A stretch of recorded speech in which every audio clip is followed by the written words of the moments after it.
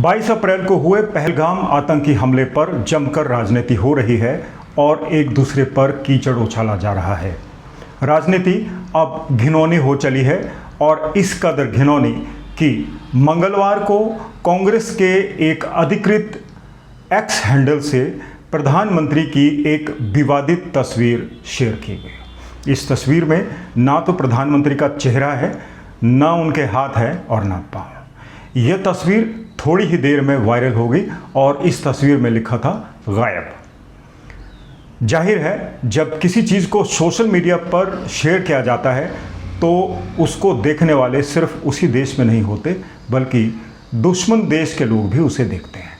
यही कारण हुआ पाकिस्तान के पूर्व मंत्री फवाद चौधरी ने प्रधानमंत्री नरेंद्र मोदी की वो विवादित तस्वीर जिस पर गायब लिखा था और जो कांग्रेस के अधिकृत एक्स हैंडल से जारी की गई थी, उस पर कमेंट किया, यानी कि पाकिस्तान को कुछ और मसाला कांग्रेसियों ने दे दिया।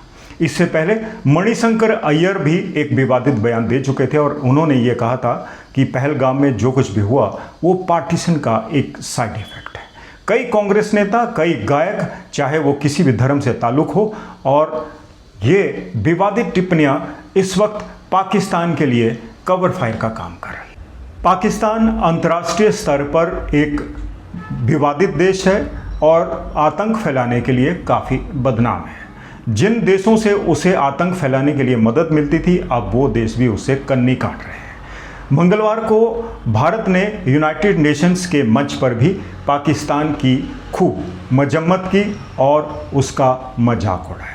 भारत की प्रतिनिधि ने कहा कि पाकिस्तान ने पहलगाम हमले में जिस तरह से आतंकी भेजकर भारत के मासूम लोगों की जान ली, उसे एक बार फिर से साबित होता है कि पाकिस्तान आतंकवाद का जन्मदाता है और भारत में आतंक फैलाने की कोशिशें करता आया है। वहीं भारत की प्रतिनिधि पटेल ने यूएन के मंच पर यह भी कहा कि पाकिस्तान के रक्षा मंत्री ख्वाजा एक विदेशी चैनल को इंटरव्यू देकर ये बात जाहिर कर चुके हैं कि पाकिस्तान 3 दशकों से भारत में आतंकवाद फैला रहा है और ये आतंकवाद ब्रिटेन और अमेरिका की शय पर फैलाया गया। इस टिप्पणी के बाद भी साफ हो जाता है कि पाकिस्तान के मंसूबे क्या हैं। पाकिस्तान भारत की तरक्की से जलता है, भारत में शांति को भंग करना चाहता है और अब उसके मददगार हो गए हैं ऐसे कथित भारतीय नागरिक जो रहते भारत में हैं लेकिन मदद पाकिस्तान की करते हैं। अब मंगलवार को जिस विवादित तस्वीर को सोशल मीडिया पर डाला गया, उसमें से एक बार फिर से पाकिस्तान की परस्ती सामने नजर आती है। ये पाकिस्तान परस्त लोग आखिर पाकिस्तान की मदद से बाज क्यों नहीं आ रहे हैं? न केवल पाकिस्तान की मदद करें बल्कि अंतर्राष्ट्रीय स्तर पर भारत को एम्बेरस करने से भी नहीं चूक रहे। मंगलवार को जिस विवादित तस्वीर को शेयर किया गया, उससे पाकिस्तान के सेना, पाकिस्तान के नेता और पाकिस्तान द्वारा पाले गए आतंकवादियों के मंसूबे भी सामने नजर आते हैं, क्योंकि सिर कटने की बात वही करते हैं और कई बार हमारे भारतीय सैनिकों के सिर कटे शव बरामद किए जा चुके हैं और यही कुछ इशारा ये तस्वीर कर रही है। मंगलवार को कांग्रेस के अधिकृत हैंडल से शेयर की गई इस तस्वीर से खूब राजनीतिक बवाल मच गया। भारतीय जनता पार्टी के राष्ट्रीय प्रवक्ता गौरव भाटिया ने कांग्रेस की जमकर आलोचना की और कहा कि कांग्रेस आलोचना करना भी भूल गई है और एक ऐसे समय में इस तरह की विवादित तस्वीर शेयर करके देश को एम्बेरस करने से ज़्यादा उसका बड़ा मंसूबा नहीं है। सबसे पहले सुन लेते हैं गौरव भाटिया ने कांग्रेस को क्या कहा। लेकिन अगर उसे लश्करे पाकिस्तान कांग्रेस कहा जाए तो गलत नहीं होगा। और बड़े भारी मन से मैं कहता हूं, यह तस्वीर जो है यह कांग्रेस के वेरीफाइड एक्स हैंडल से की जाती है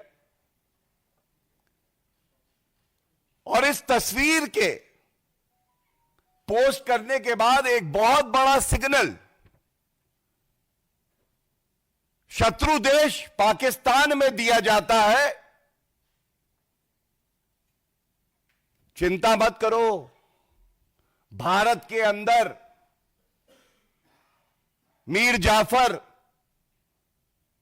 तुम्हारे समर्थक सब उपस्थित हैं। आपने सुना गौरव भाटिया ने कांग्रेस को क्या संज्ञा दी। और अब बात कर लेते हैं कि 22 अप्रैल को पहलगाम में जो आतंकी हमला हुआ था उसके साइड इफ़ेक्ट्स भी सामने आने लगे हैं। एक तरफ जहां कश्मीर के 48 टूरिस्ट स्पॉट्स को सुरक्षा की दृष्टि से बंद कर लिया गया है, कश्मीर का जो पर्यटन था, जो सीज़न था, वो लगभग समाप्ति की ओर है। यानी कि इस आतंकी घटना के बाद कश्मीर घार घाटी के लोगों का व्यवसाय लगभग ठप हो गया। वहीं इसके बाद इसका जो बड़ा साइड इफ़ेक्ट है वो भारत और पाकिस्तान की सीमा पर रहने वाले लोगों के जीवन में भी देखने को मिल रहा है। चाहे पंजाब हो या फिर जम्मू, जहां पर पाकिस्तान की सीमाएं लगती हैं, वहां लोग आनन फानन में अपनी गेहूं की फसल काट रहे हैं और कई परिवारों ने तो अपने परिवार के सदस्यों को दूर पार के रिश्तेदारों के यहाँ भेजना शुरू कर दिया है। अब कोशिशें की जा रही है कि बंकर खाली हो जाए ताकि पाकिस्तान की तरफ से जो अनप्रोवोक्ड फायरिंग हो रही है उससे नुकसान ना हो।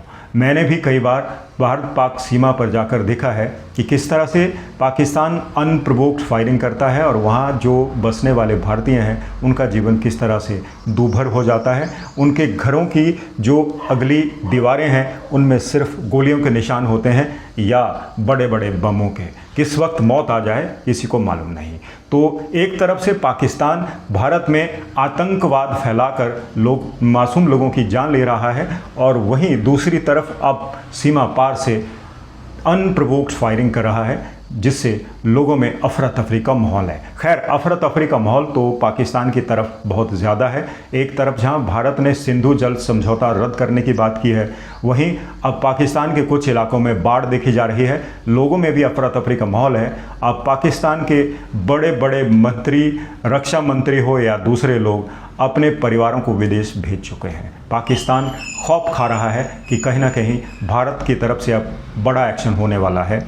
एक तरफ जहां भारत सरकार पाकिस्तान द्वारा भेजे गए प्रशिक्षित आतंकवादियों से जूझ रही है, वहीं अब देश में ही विपक्षी पार्टियों के नेता आए दिन उल जुलूल बयान देकर सरकार के लिए मुसीबत खड़ी कर रहे हैं।